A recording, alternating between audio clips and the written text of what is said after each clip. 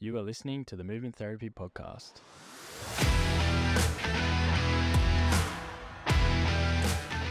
All right, hello, welcome back to part 2 of the episode with Julia Hannaford here joining us. We talked about your knee, Jules, and the ACL recovery, your cross-bracing protocol. Go back to last episode and have a listen to that. It gives us a really good insight into the cross-bracing protocol and the recovery from that, as well as the process involved from an actual client who's gone through it, the emotions, a lot of that mental health barrier as well, getting back into training. So really good episode and insight into that.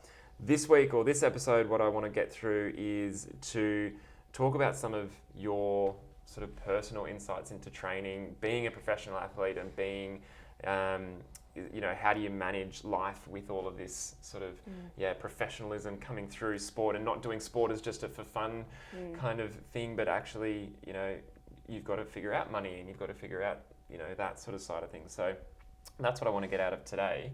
I sort of want to mention the elephant in the room of our the cowboy hat in the pink room. cowboy hat in the room. Yes. So Would you like to wear it? I'd love to wear it. Yeah. Is that okay?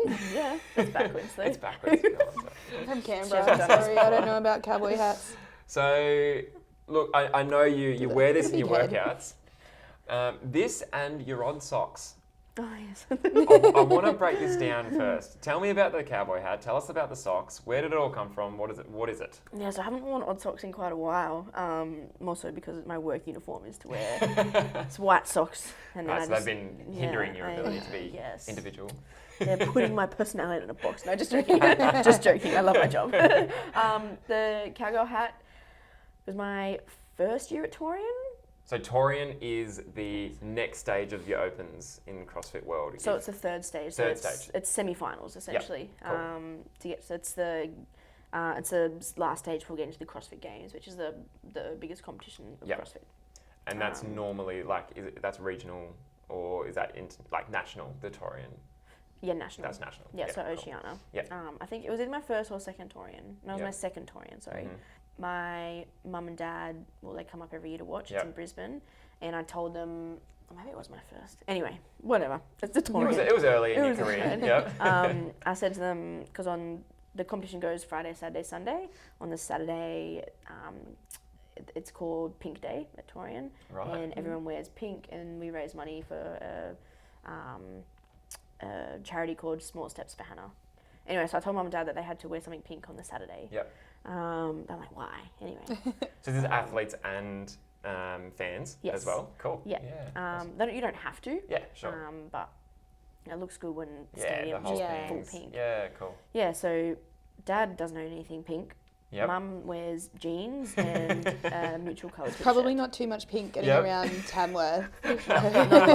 Not a lot. So they went to the closest dollar store to where they were staying, and they bought those. How good. I quite like this actually. It suits you. You're rocking it. Are you going to wear it for the whole episode? No, I might take it off. I'm getting a bit distracted by the thought of it. No, I think it's great. So this was given by the parents. Yeah, so I had a terrible day one. So this is my second Torian. It's coming back to me now. Right. So 2023. Mm-hmm. I had a terrible day one, and I was gonna pull out. I was like, no, this isn't worth it. I'm done. In terms of how you performed. Yes. Yeah. Right. Yeah. So I was sitting second last on the leaderboard. Okay. I qualified in 8th place. Yep. And I was sitting second last, so 29th on the leaderboard. Right. And the girl in last place ended up pulling out, so I was last on the leaderboard going into day 2. I did pretty good on the first workout and the second workout in day 2, and then, but still, not in a good mood, just because, not where I wanted to be, high expectations. Dad, he's like, I bought one for you too, Jules. He comes up, I like to go up to my mum and dad after each workout, because there's usually a couple of hours for him, so I go up, see mum and dad. He's like, I've got one for you, Jules. You need to wear it out there. I was like, no, Dad, are you freaking serious right now? This is fantastic. Yeah, I'm like, Dad, don't embarrass me. Yeah. And Dad, obviously, you're very close to Dad. Yeah, so very this close to Dad. Is he almost stitching up here? Does he know you don't want to do this, or is he giving you energy? Yes. Yeah, Dad, awesome. Dad knows me. I think more than I know he does. Yeah, if it sure. Makes sense. He basically, he gave me the hat. He's like, wear it out there, Jules. Like, wear it out there. And I was like, ugh. anyway, I took it down, and all the athletes in the athlete area, they're all just like staring at me in this pink hat, like, who is this girl that's like, in what last is she place? doing? Anyway, that event on that night was 2 parts. The first part was an 800-meter run on an assault runner into a max lift for the snatch. And then we rested, I think, 2 minutes, and then it went from 8 touch and go snatches to an 800-meter run. Yeah, and obviously, like, I'm strong, so like a heavy lifting event is quite good for me. Anyway, I think I was in the last heat, so or the first heat for the women, but the lowest heat. And I run out with this thing on my head. I run out and I do this is great footage of you going in slow motion with the lasso above you. I had my t-shirt in my hand and was waving it around like a lasso, like a rope, and the crowd loved it. The commentator loved it, and I guess it just brought me alive. It distracted me from, like I was talking about with that, the negative energy that I had around the pressure. It distracted me from that, and it turned into a positive. Did you have a name already there, or were you kind of unknown at this point? Or was... I was like there was other girls that were their names were more well known and up and coming in the CrossFit scene.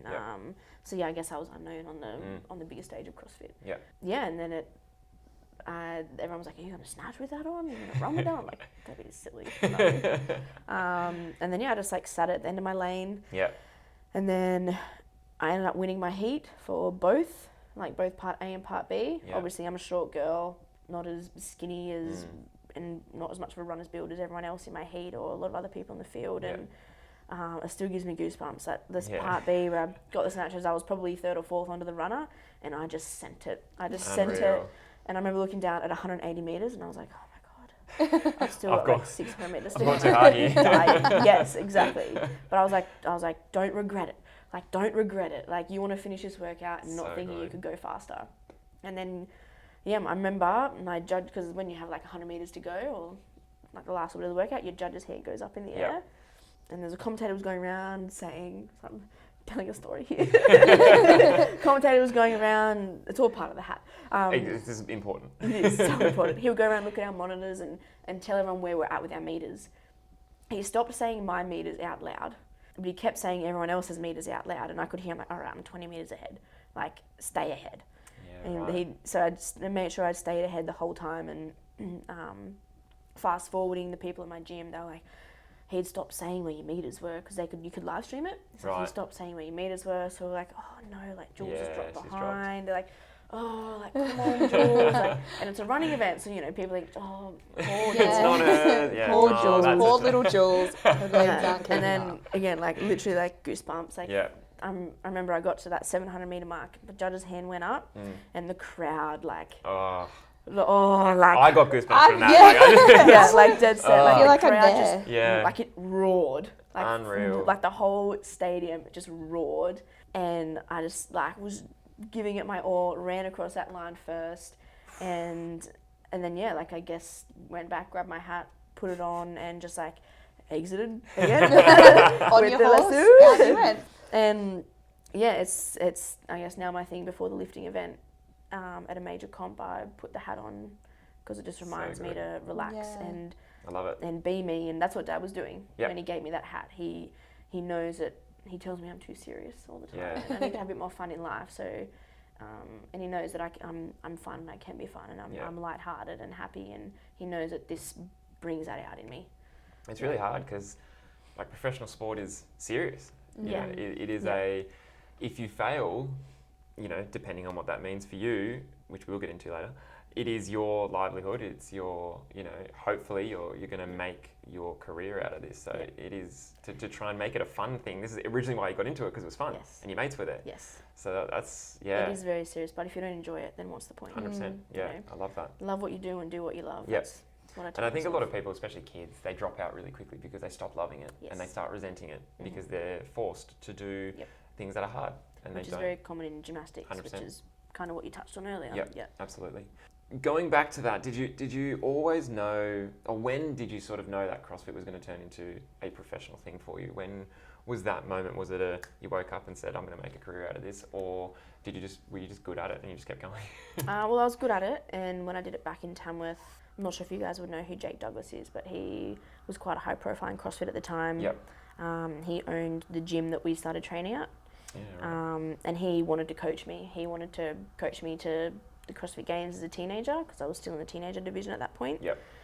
And I told him that I wasn't ready, more so because I'd just come from competing as an elite athlete with gymnastics, and you're not just physically committing to the training and the sport at a high level, you're mentally and emotionally committing to it too, and I wasn't ready to do that again, dive back into it. Yeah. And That's I just told him I would think about it. As a teenager, to have that insight, was that just you, or was that influence from outside, that inside of the mental capacity? I don't think I actually realised that that's why I said no until a few years later. Recently I've realised, and I've had people tell me I have a little bit of intuition. A lot of people do, but I think maybe it was my intuition telling me that, but I didn't know. Yep. But he told me to go and watch a CrossFit documentary called Road to the Games. He told me to go and watch it. I watched the documentary and I was like, oh no. Oh, here we are. There we go. I'm addicted. And then that was when I understood what CrossFit was as a sport, as a brand, as a business, and the process of going from doing a class to being one of the best in the world or one of the best in the country. And then, I guess I fell in love with the process of it there. That would have been in 2018. Yeah. And then I moved away for uni in 2019, started a box in Bathurst, a CrossFit box in Bathurst, and was pursuing it there, like training real hard. I was excelling at the sport really quickly. Yeah. I was there for a month, and then COVID happened, moved home, didn't train for 6 months. Didn't do anything for 6 months. No training at all? Or I did nothing at all for probably 6 weeks. Wow. And then did some backyard workouts with my sister for the rest of the time, but didn't go into a gym, nothing. Unreal. And then moved to Wollongong, so moved down here and started training, like just, again, local gym here, but just classes, like nothing. I'd kind of forgotten about CrossFit and training for it and all that. And then it was 2022, had a few like personal things happen, and when you go to the gym, you kind of just bury yourself in the gym. Yeah.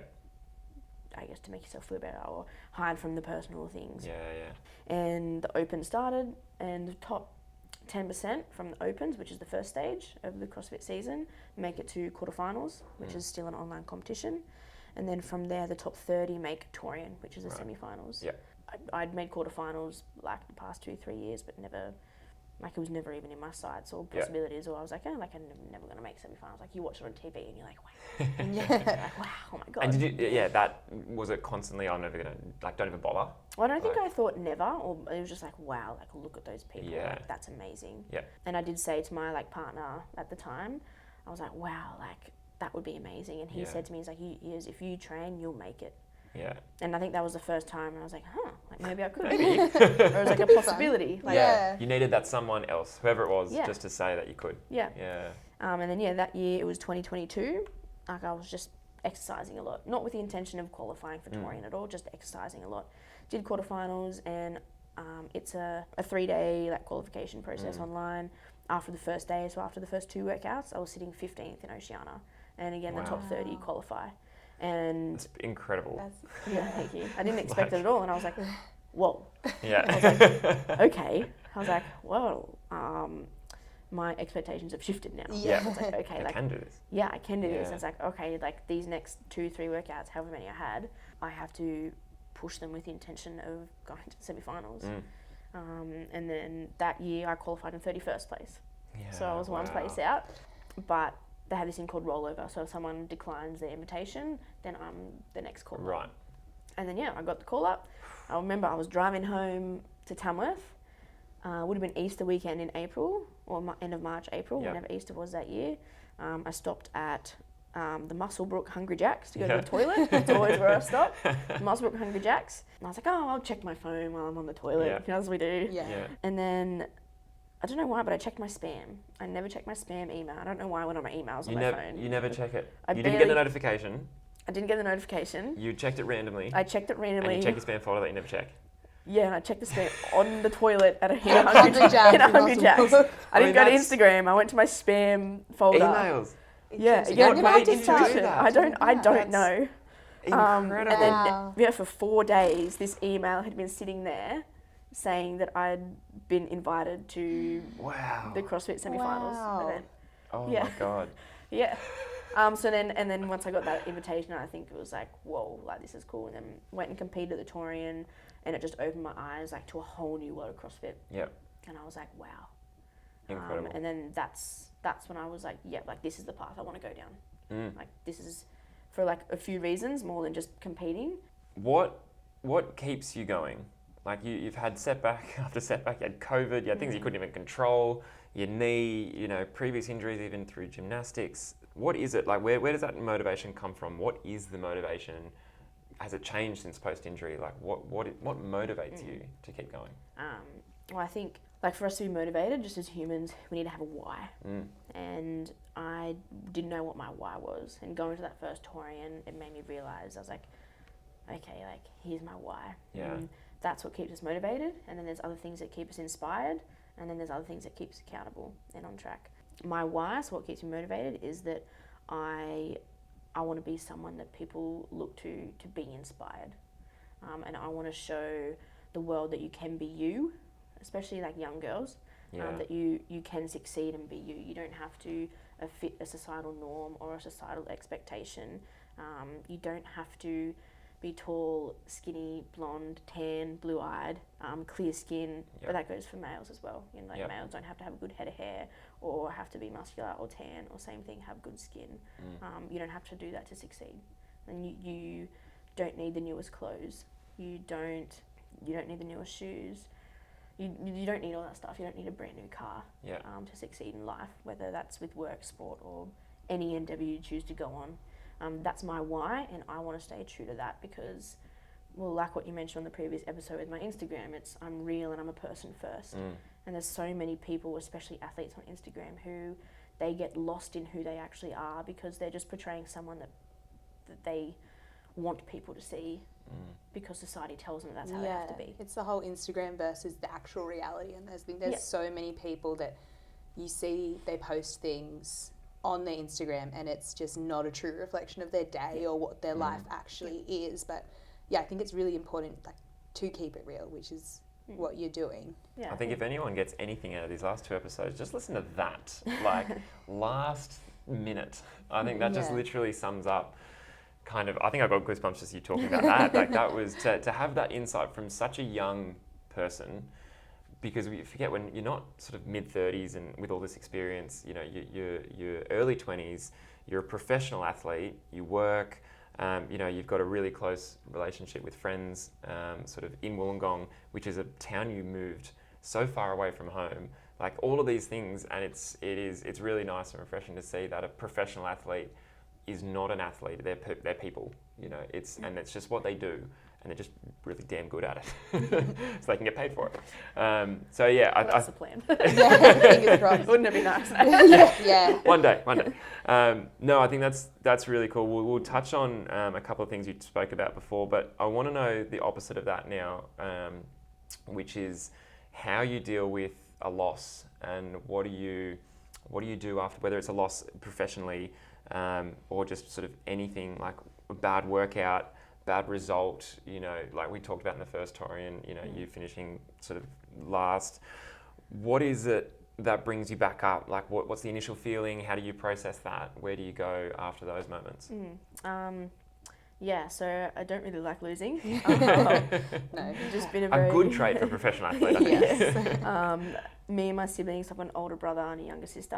All 3 of us have just been super competitive growing up. Mum wasn't very sporty. Dad was, and I think he instilled that competitiveness in us. But yeah, it was your normal sibling rivalry, like who's going to get to the shower first? Yeah, sure. Have a shower first, or no, I'm getting in the front seat of the car first, or it's no, I'm going to beat you, and you know, it's like I'm smarter than you, so I'm going to beat you in Monopoly. Or it's like, hey, I want to play backyard cricket, and it's our brother not bowling slower to us even after we asked him, because he has to be dominant and he has to be the winner. Absolutely. Yeah.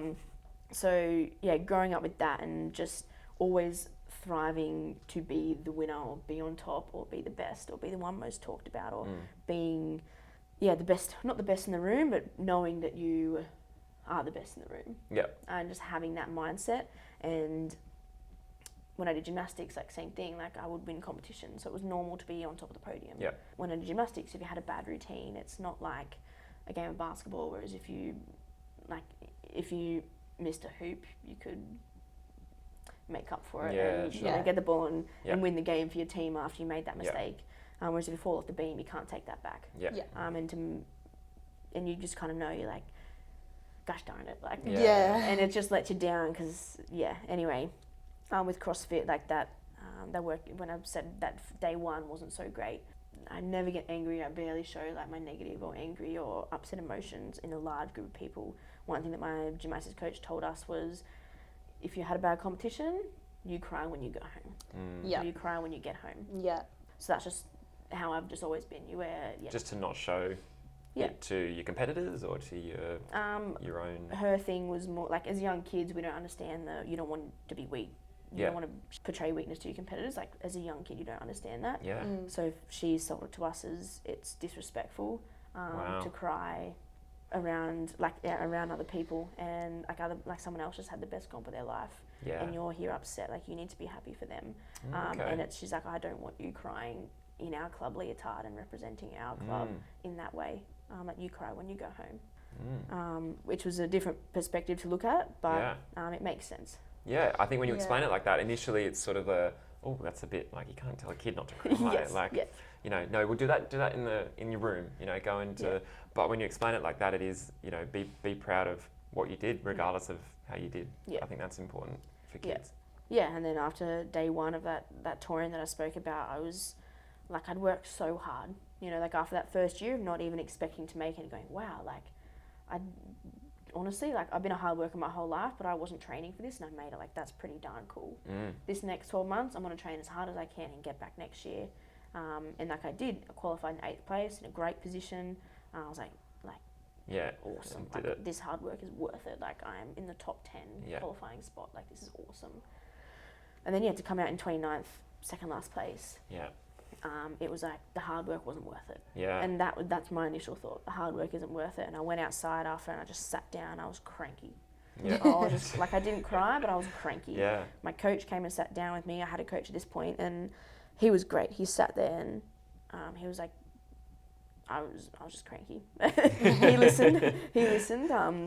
So my initial thoughts to a loss is, I'm not happy because this is my expectation, and I'm here right now. And I've put in all this work and all this effort, and it's not where I want to be. And I guess rather than being upset or sad, it just goes more to anger. And disappointment in myself. How do you flip it around? Again, this is going, so there's my motivation, which is my why. I go back to that, which is, this is what's my why?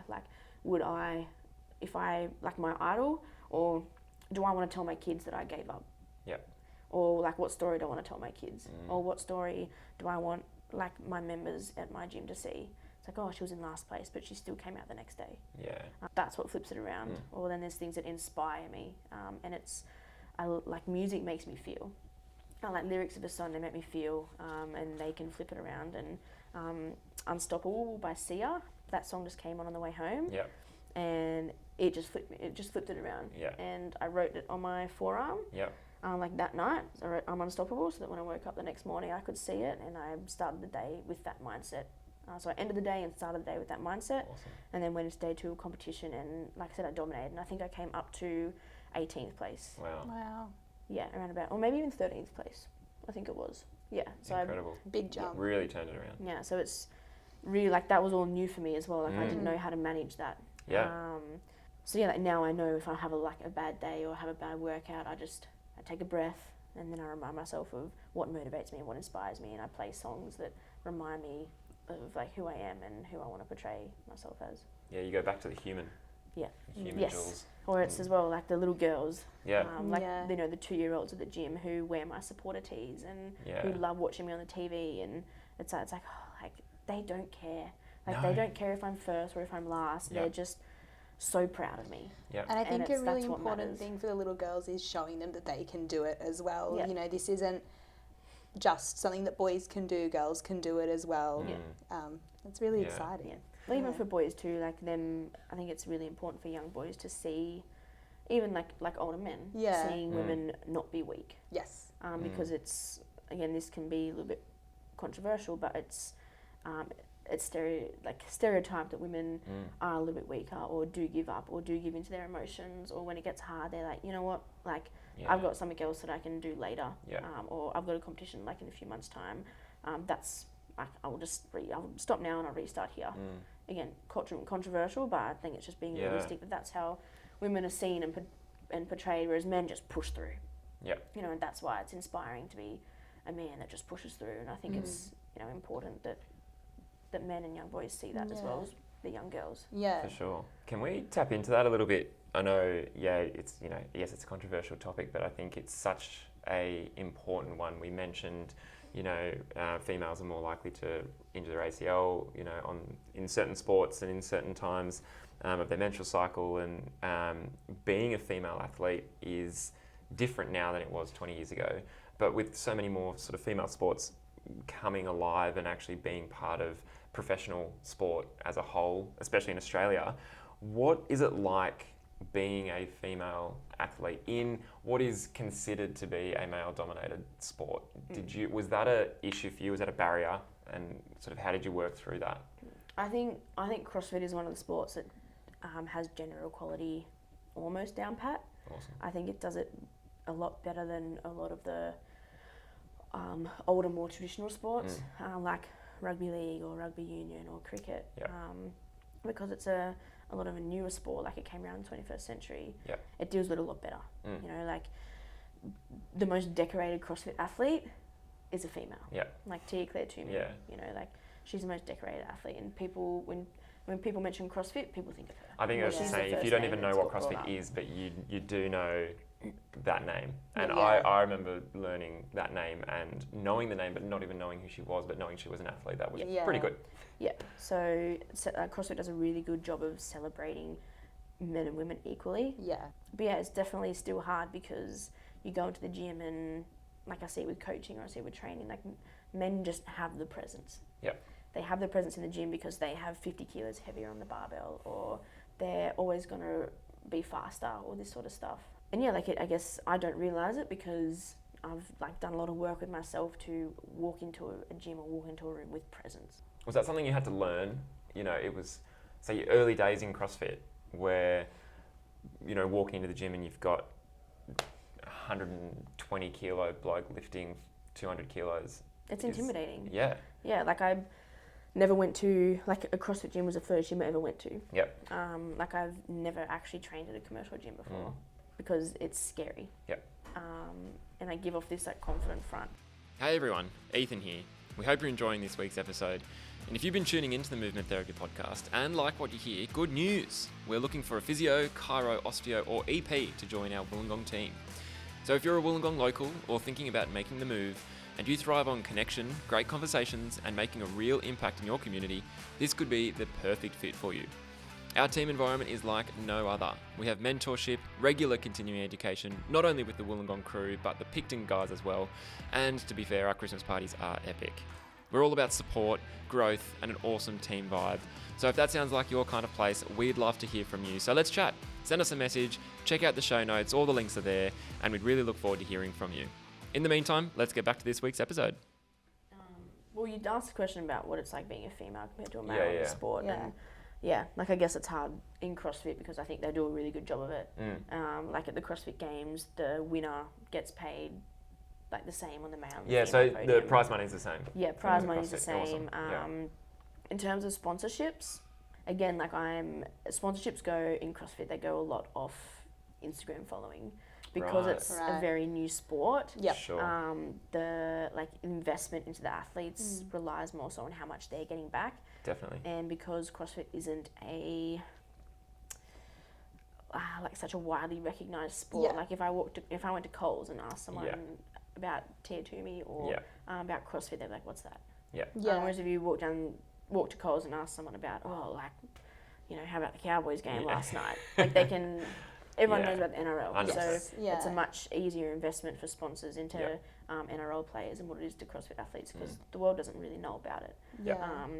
So I guess it's not so much like based off gender, it's more so based off your Instagram following, which is hard because it's like, all right, like how much effort do you put into being an athlete, and how much effort do you put into your social media, and it's trying to find that happy balance, because when you're training alone a lot of the time, it's like, all right, I got to set the tripod up and I got to get this angle, and then you got to make it look good because quality content matters. Yes. But then you're wasting time trying to get the content instead of working out, and I would much prefer working out. And again, that goes along with the like me being me. Like I don't fake tan. I don't have fake eyebrows. I don't put makeup on to train. I don't straighten or curl my hair or whatever they all do. Like I don't do all of that stuff because that doesn't change how good of an athlete I am. Like it doesn't make me run faster. So going on the social media side, the way I video myself or film myself, it doesn't make me a better athlete. But if I want to be supported or financially supported along the way, I need the followers, and to get the followers, I need the content. So do you find, obviously, you're being a professional athlete, a lot of people just think it's the rocking up and the actual training. Think it's an easy lifestyle. It is. It's fun. It it's is not. Everyone wants to be an athlete until they're an athlete. Yes. Same with physio. Everyone wants to work for an athlete until they work for an athlete. Yes. So I guess, well, you're balancing your athlete life, and then you're balancing your normal, your normal everyday life with your socializing and just living, and then you've also got to balance that online presence as well. How do you do that? Is there, like... If you find someone that knows, you can tell me. But it's a lot.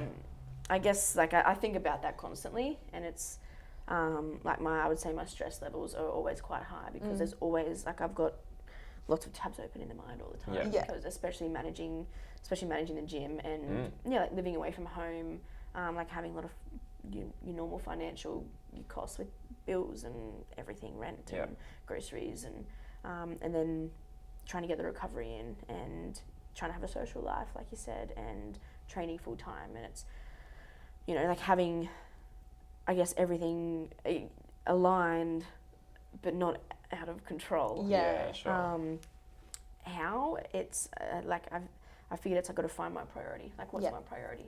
And like I touched on in the previous episode, in August last year, my priority kind of shifted more towards work and my social life, and training took a step back. And then in my head, it was like, okay, I need to mentally, like, not just have this routine in my life, but I need to mentally prioritize work and my friends and my family.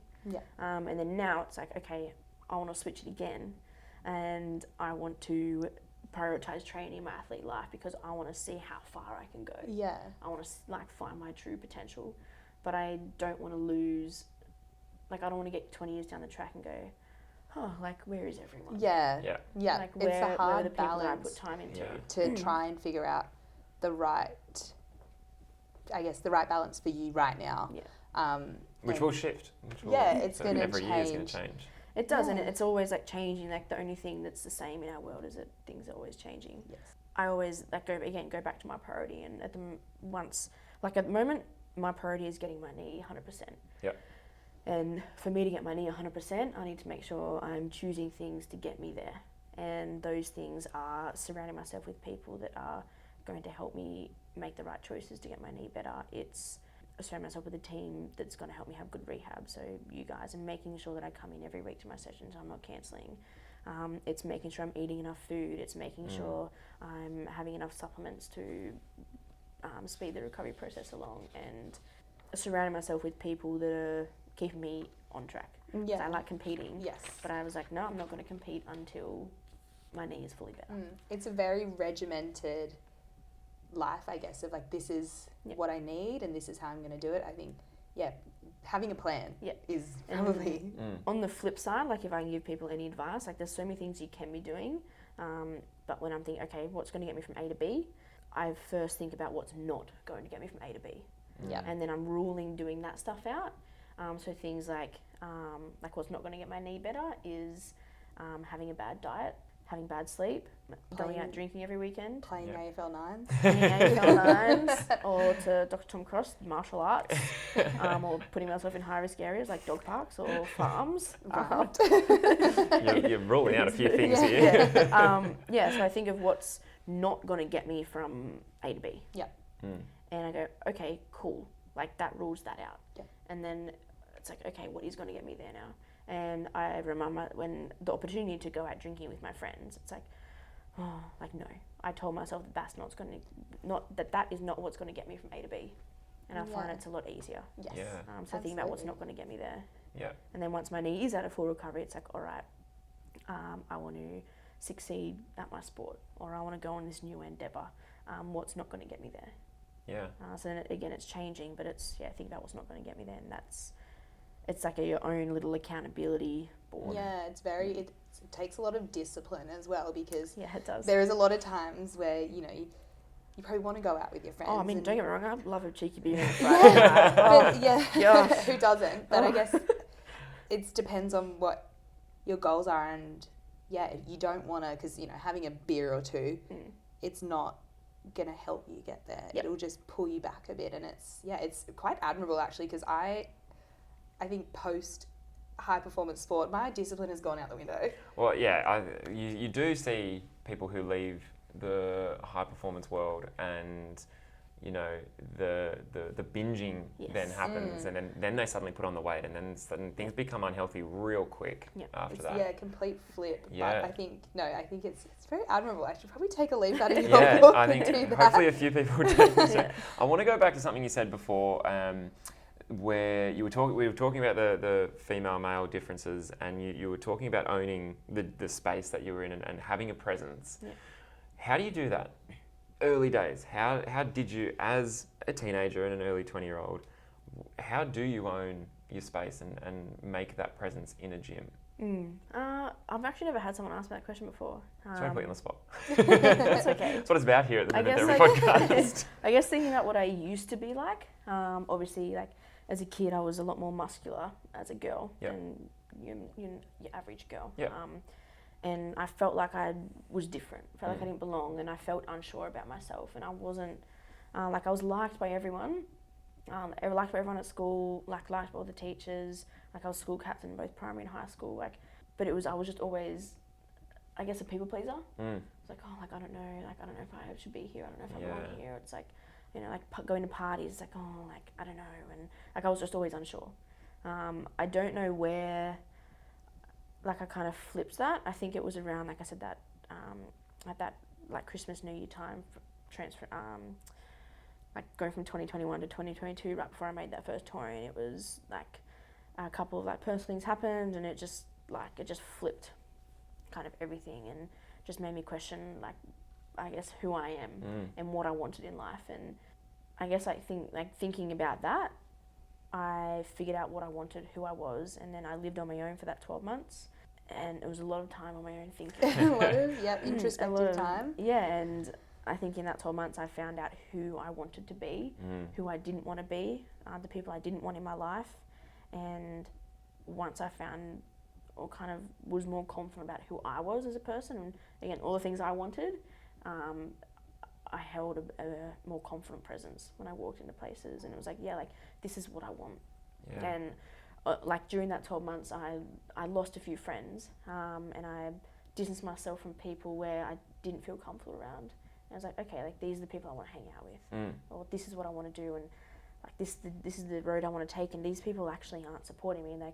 They're asking me to go out for cocktails with them every single weekend, which is fun, but that's not a setting that I feel 100% comfortable and 100% me in. Yeah. And it was choosing to be around people where I could be myself and hold that presence, and not be a dominating presence, but just be me and walk into a room confidently.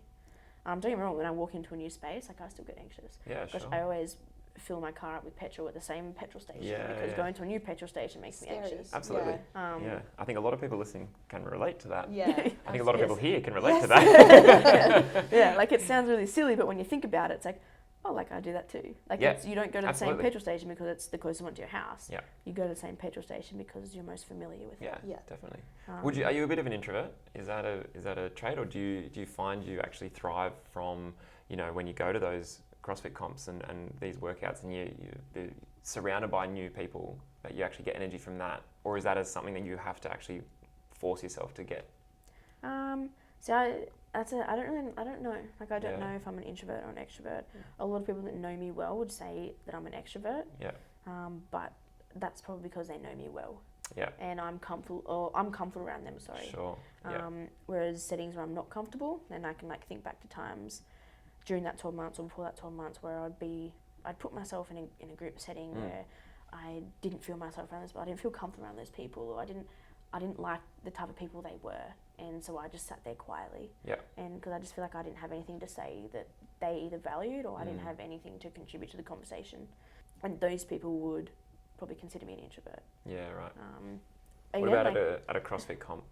at a CrossFit comp, or people would think I'm an extrovert. Yeah. Also because of this. Because The hat and the and my lashes. personality. Yeah.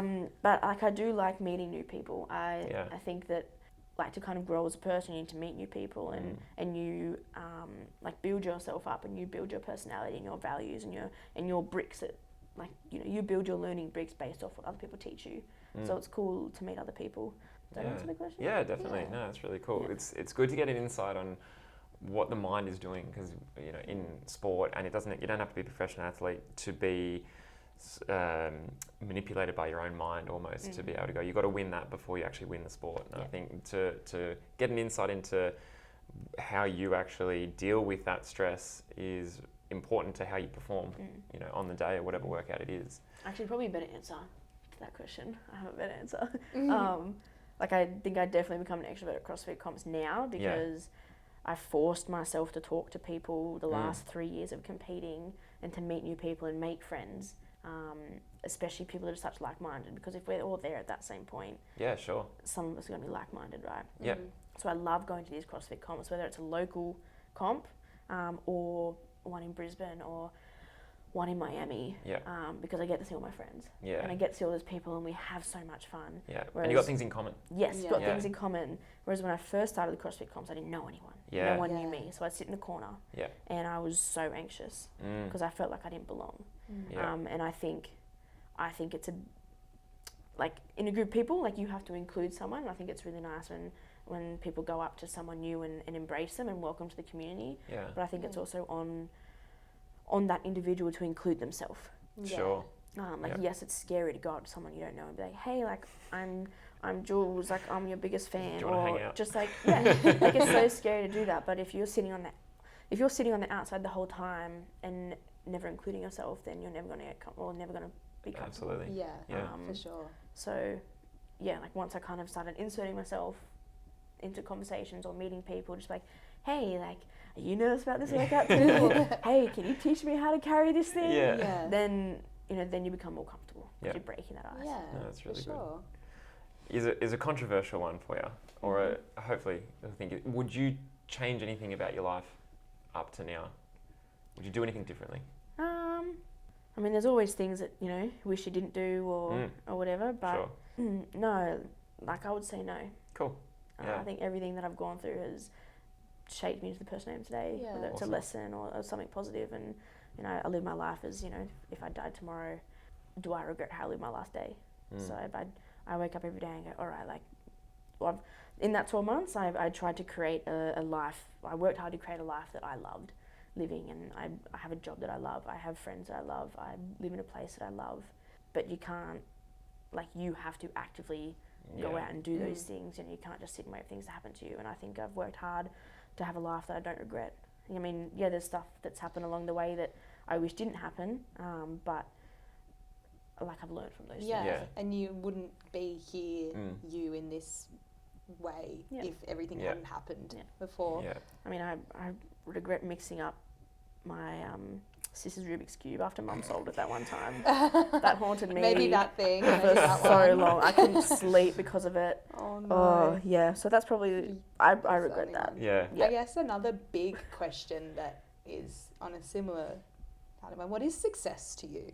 Like, if you think of success, what is that? Did you guys see this on my Instagram? Did you see this question? Yeah. You've done some past research. I'll write this down. This is going to be great. Hey, you put it in. I follow you. You little snake. Oh my God.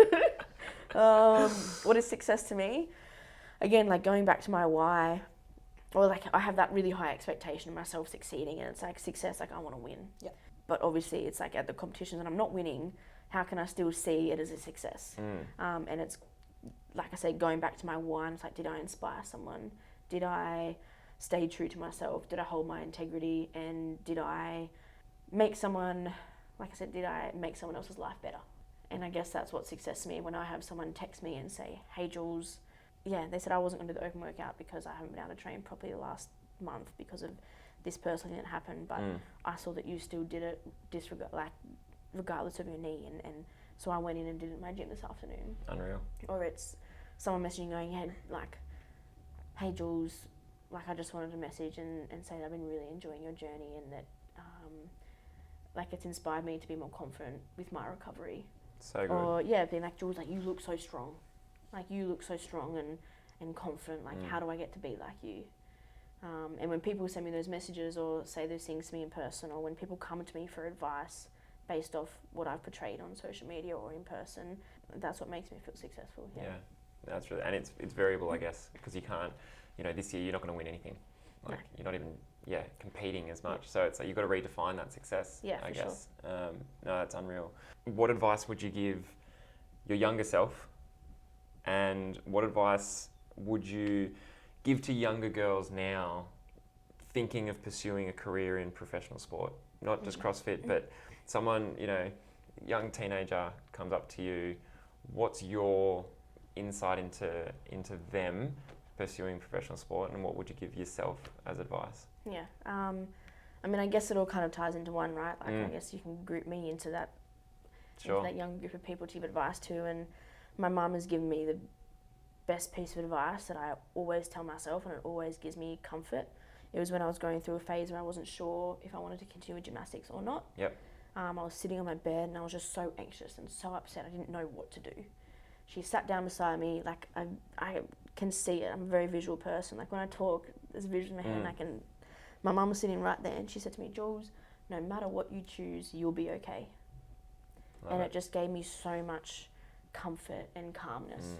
And that's what I tell myself, and that's what I like to tell other people. And that's what I would tell younger girls, like no matter what you choose, you'll be okay. No matter how big or small the decision is. And then the other piece of advice would be, don't give yourself a limit. If you say, I want to snatch 100 kilos one day, that's a lot of weight to snatch. But you're setting yourself the limit, or like, if you say your goal is to snatch 100 kilos, that's great, but then what's next? And I know goals can be forever changing, but you've just given yourself the limit of reaching 100 kilos, and then what? That's it. That's why a lot of people tell me I need to celebrate more when I lift heavy. And I have gotten better at that, but I think it's because I never set myself a limit. I never set myself a barrier. And it's like the best thing about CrossFit and why I love it so much is that I can always be stronger, and I can always be fitter, and always be faster. I mean, there is no limit on human ability. Like we know that we're still breaking 100-meter world records, we're still breaking marathon world records. The half marathon broke like a couple of months ago. That's crazy. There's so many technologies coming out, and people are like, the great thing about sponsors is that it's giving people the opportunity not to work and to train and find that full potential. Like you go back to the Socrates quote. I can't word for word, but it goes off. I wish I had it word for word written down, but it basically goes off like finding the true potential of the human body, and it would be such a shame to put that to waste. By setting your own ceiling and your own limit and stopping that potential of growth, that's really powerful. And then like the other piece of advice would be just figure out what you want to do and what you love doing, and do it, and don't let anyone else stop you from doing what you love. Love it. Fantastic. We took a couple of questions from our Instagram stories and your Instagram stories for what people sort of wanted to know. We spoke about a couple of One's, people wanting to know sort of how's your mental health feel after a loss. We sort of touched on that. Is there a specific example apart from that, Torian, that you had in mind with like how your mental health was impacted after a loss or after a particular event? You mean like sport specific? Yeah. Well, again, like going back to gymnastics, like, not winning or falling off the beam, like it's so disheartening. Yeah. It's so disheartening, but reminding yourself of the work you've put in, and it's like there's always another opportunity. Like I guess that's how you flip it. It's like, just take a breath, it'll all be okay. Yeah. There'll always be another opportunity. Yeah. And in CrossFit, it's just like some workouts where it's the cardio, like the conditioning and the cardio and aerobic workouts where I don't perform so well in, and I get so upset when I don't perform well in them. But then it's reminding myself, Julia, that you've worked hard. You've gone from not completing an aerobic workout or a condition like an aerobic based workout at a competition, and now you can finish them. Yeah. Like 3 years down the track, like I can finish the aerobic workouts. It might not be in second or third place, first place, but I'm finishing the workout. Yeah. And then it's thinking, okay, where I am now is exactly where I wanted to be this time last year. Yeah. So it's reminding myself of that. Yeah, awesome. Yeah. Favorite and least favorite CrossFit moment? Favorite CrossFit moment? Oh, can I have two? Yeah, I think so. Well, for like the first one would be winning down under with Charlotte. Like winning with someone. Yeah, it's so cool. Yeah. Like I don't even know how to describe it. Like I never played team sports growing up, like or competitively, only socially. So winning with someone else, like I never knew how much I would love it. Yeah. And then the second moment was I went to Miami at the start of 2024 to compete in CrossFit, and I won the very first event over there. So it was a snatch event, and I beat arguably the strongest female in CrossFit, and I shocked the whole world. That's awesome. Yeah, and I was the highest placing finishing Australian female at that international comp. Unreal. Wow. So yeah, I love that is second though. Like that is not the first thing. You're winning as a pair is the first thing. I love that. The feeling, like because you can't lose that. Yeah. You can always go back to how something made you feel. Yeah. Absolutely. That's pretty cool. Least favourite? Oh, I thought you asked that one. Least favourite? Gosh, I mean, our brains usually tend to forget trauma. Yeah. Apart from that Rubik's Cube. It's still, again, it's going to haunt me tonight. I'm trying to think. It's good that you can't, you don't have one straight away. That's nice. I mean, I used to always focus on the negatives, but not so much. Yeah. Well, this is getting deep now too. Love this. Well, over in Miami, I guess at the same comp, like I think that why my success at that comp was put second more so was because I went over to Miami by myself. Like I stayed with people that I knew that were, but they had their partners there with them. Sure. Like I didn't have anyone there with me. And after my final event of the biggest CrossFit comp to date, I didn't have anyone to celebrate with. Yeah. And I walked back. I couldn't even get in to watch my friend, who he actually won. It was Ricky Garrard. He won the whole competition. I couldn't even get in to watch his last event and watch him podium, watch him win, because I was an athlete and I didn't. I had an athlete ticket, not a coach's pass or a VIP pass to go in and watch. So athletes were put second. That's crazy. Yeah, so I couldn't even go in and watch him, and the only option I had was to walk back to my hotel. So after the biggest comp of my life, when in Brisbane at Torian, the thing I do after I finish a comp is I go, or even after work, I go and sit with my parents. Yeah. They're so proud of me, and it's like I just love being around them. After I finish something that I'm proud of, and they're proud of me. I didn't have anyone to do that with. Yeah. So I finished the greatest comp of my life, and I walked back to my hotel in a whole different country by myself. Yeah. Yeah, I guess that's a real downside of not downside, but a hard part of an individual sport is it can be so individual sometimes. Yeah. Sometimes it can be quite lonely, and again, like I guess that goes off less of a performance point and how something made me feel. Yeah. And like I didn't go to Miami again this year because, I mean, I did have like Charlotte, when I went down under with. She ended up going on a last minute call to Miami to compete, but I didn't end up going this year. I think because I didn't want that to happen again. Yeah, it's huge. Yeah, so that's probably my least favourite memory from CrossFit. Yeah, no, that's really powerful. Appreciate you sharing that. It's, I guess it speaks to, again, the individual of like your motivation, and then having to motivate yourself in those times where you just go, well, this should be the best feeling of my life to date, and it now isn't. I was saying that, you're feeling guilty, and you're like, oh, and I ended up FaceTiming mum and dad. Nice. I FaceTime mum and dad, and I was like, that's the best presence I can have with them right now is FaceTiming them, and it made me feel a whole lot better. It just still wasn't the same. But yeah, definitely. But yeah, it's. Did they hate not going over? Yeah, they did. They regret not coming over more so because tough. Of like that's how it made me feel, and yeah, sure. They were like, if something happened to you, like you're in a different country, and there was a swimming event, and at the CrossFit Games last year, that athlete died in a swimming event. He drowned, and me, mum, and dad think they're like, oh, like if like that could have been you. Yeah. And we weren't there, like who's going to be there for you? Whenever they say, if you're going overseas, we're coming with you next time, and it makes me feel a bit better. It was definitely, no, awesome, appreciate that. If you weren't an athlete, what would you do? Again, like I said before, like so many people have been asking me, like, what my dream job was as a kid. Yeah. And I'm like, oh, like I don't know, I don't know. Thinking about it now, like I've thought about it really hard the last 2 weeks. Like, what would I? Like, it's kind of been bothering me. Like, what was my dream job? Like, oh my gosh! And I've been trying to like tap into like me as a child, and like my passions there and then, and I'm trying to like rediscover. Like, I'm trying to go through this like rediscovery journey with myself and tap back into passions and do hobbies and things that make me happy rather than just filling my life with work and training and all that sort of stuff. But I really liked writing.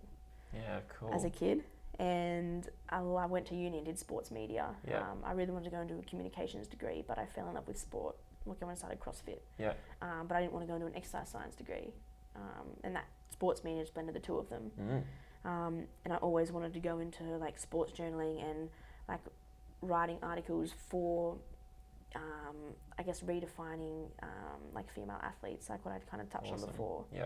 And then just fell into CrossFit and competing as an athlete. So I think if I wasn't competing, I would probably be a journalist. Or maybe after you retire. It's definitely something you can fall back to. That's amazing. Thought about it, cool. Great answer to that.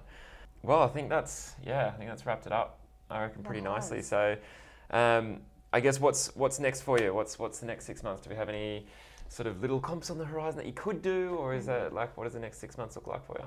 Next 6 months, again, just like focusing on my recovery, getting my knee right, not getting too far ahead of myself. Before I did my knee, I wanted to run a half marathon on the 26th of April in Wollongong. Yep. But being realistic, I'll probably run the 10K if all goes well. So that's, I guess, the next big thing. Nice. And then the Down Under Championships are in October again this year. Cool. Again, recovery is priority. Yep. So that's my main priority. Because that will be within the 12 months. Like, it's not going to be a 12 because that was about December. The 10-month mark. So, yeah. Cool. It'd be close to 11 months. Yep. So again, and the qualifiers for that will be most likely in August. So even sooner. Cool. Then that's probably the next goal. Yep. And then probably more comps after that. Again, I wanted to try and go to Miami again, or go to there's a comp in Dubai. Nice. I wanted to try and do like an overseas comp every 2 years until I have like the funding from sponsors. Mm-hmm. But that might have to be delayed another year depending on the knee and how everything goes. Well, if you need the cheer squad, absolutely. Come over. I want some pink cowgirl hats. I want to be there with the. We'll be there. Last year at Torian, Mum and Dad went to every single dollar store they could find and bought all the pink cowgirl hats. That's the greatest thing. They had like thing. 20 cowgirl hats and we're just giving them out to people. That is. I just love that so much. Yeah, my mum and dad are so proud. Yeah, that is just the best. If you can have any cheerleaders, it's got to be Mum and Dad for sure. That's awesome. So where can people find you? I know we talked about Instagram followers. I think let's build that a little bit if we can. Yeah. So Instagram is Julia_Hannaford. Yep. If I'm on Instagram, if I'm on TikTok, I think it's Jules Hannaford with 3 or 4 Ds. We'll link it in the notes. Yeah, we'll link a couple. Definitely in the show. Facebook, just all the usual. Yeah. But you can find me at Zion Fitness. That's where I work. If you're local to Wollongong and you're looking to get into the gym and it's kind of something you have been scared of to do or has made you a little bit anxious, come into the gym or flick me a message or flick our gym page a message and we can get started on the journey because, like I said, exercise and going to the gym is the best medicine. Yeah, and I think breaking down that fear of going to a gym initially without having any knowledge of a gym is something that you've done, and I think can help other people on that journey. So look, we really appreciate your time, Jules. Thanks so much for coming down and sharing all that with us.